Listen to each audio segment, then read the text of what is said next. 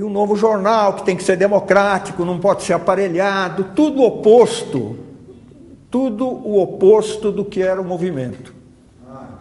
O que a gente busca? O contrário.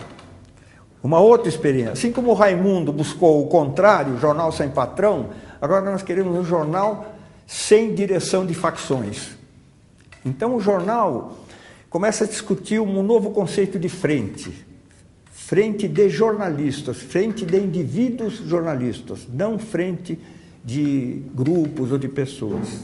Mas esse era o objetivo do movimento no início, não era? Um jornal de jornalistas? Mas a contradição que o movimento se propõe a resolver é a contradição ter um dono e ter um coletivo que não é dono.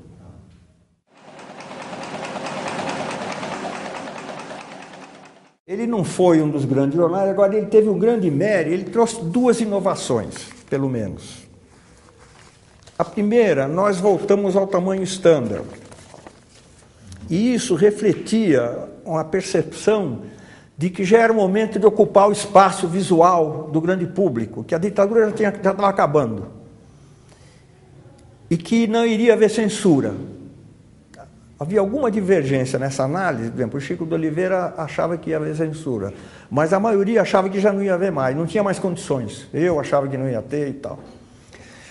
E a percepção também de que estavam acontecendo coisas importantíssimas no campo das oposições e também no interior da corporação militar, as quais a grande imprensa, por letargia, por anos e anos de comportamento docilizado, não estava percebendo. Então nós saímos com manchete, essa manchete é típica, já não racha no poder, quer dizer, o poder estava rachando.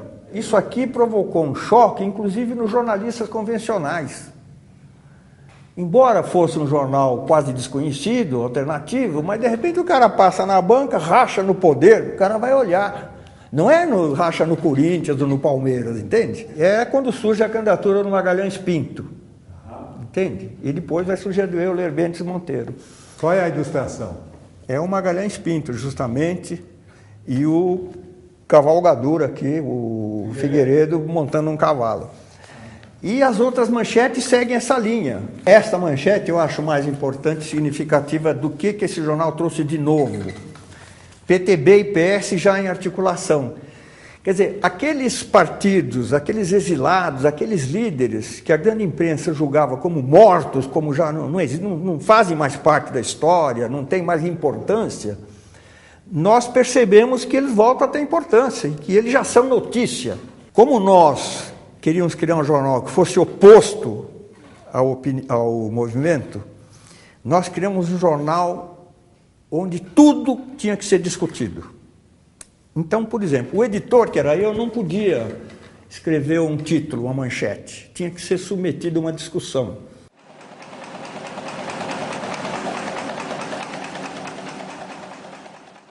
Os coletivos eram divididos por editorias. E a editoria de cultura, mais uma vez, que era avançadíssima, entre aspas, pós-moderníssima. Por que entre aspas? Porque eu acho tudo hoje muito ridículo, né? Por exemplo, eles criticam a Simone de Beauvoir, o feminismo dela, porque era um feminismo ultrapassado. Eles criticam todos os grandes nomes da cultura brasileira, porque todos eles se tornaram ícones que são devorados pelo próprio sistema, consumidos pelo capitalismo, esse tipo de visão, entendeu?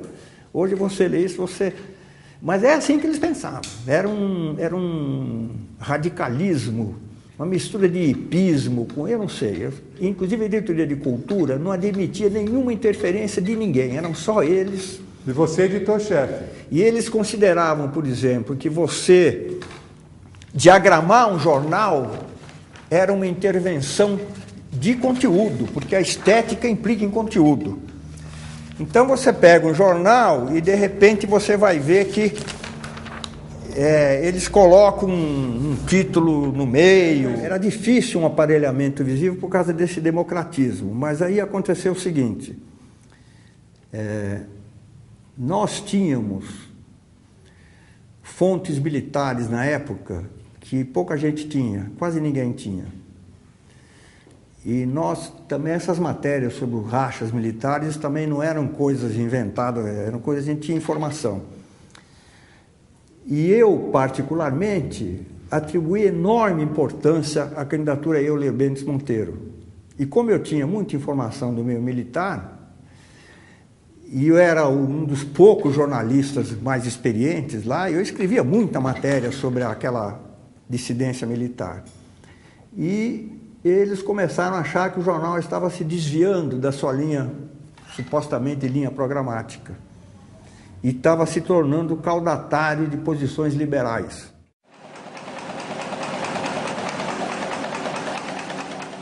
Então houve uma reunião formal do Conselho do Jornal que me admoestou. Admoestou. Está liberal demais e tal. Aí eu me demiti. Entendeu? Mas eu já tinha reclamado antes do democratismo. Houve um episódio muito interessante.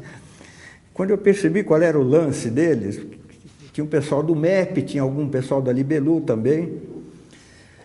Eu cheguei lá no reunião e falei, olha, eu também quero o meu espaço. Aí as meninas choraram, todas condoídas e tal. O editor também precisa ter um espaço. Quer dizer, tudo era em termos tudo muito humanos, subjetivos, né?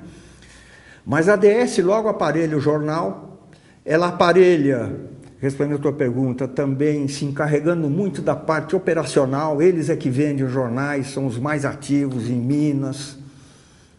Eles praticamente sustentam o jornal, que aliás também foi a forma como o PCdoB também, em parte, também teve influência no movimento, sustentando através das vendas e tudo. Como é que nasce o Em Tempo? Olha, eu não me lembro bem, mas eu tenho a impressão que as iniciativas mais operacionais, vamos alugar uma sede, vamos contratar um projeto, deve ter sido o pessoal da DS, Flávio Andrade, porque eles que tinham recursos, entende? Quem fez o projeto foi o Zé Ramos, projeto gráfico. A ideia de ser standard foi minha.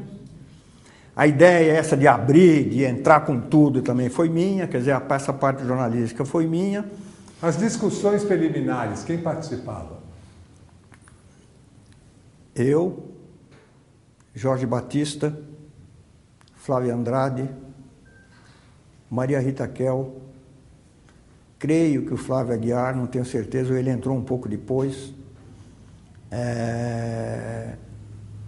Maria Moraes, Guido Mantega,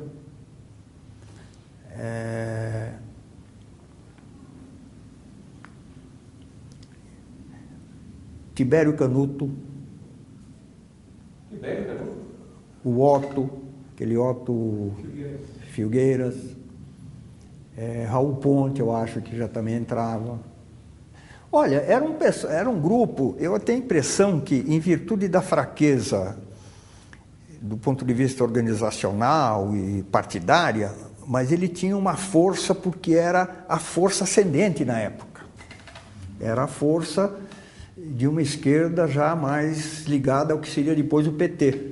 Né? Então era um pessoal ascendente na época, não há dúvida sobre isso. Eu acho que isso é que deu talvez a energia para o jornal começar. E muita molecada insatisfeita, esse pessoal, sabe, querendo democracia profunda, total na redação, muita estamina que vem desse tipo de energia, compreende? É o que você chama de democratismo? Dá para ter essa democracia total numa redação? Não, por isso que você tem que ter um regulamento, você tem que ter normas, você tem que ter, entende? Você tem que ter. E depois o seguinte, o jornal é uma coisa muito séria.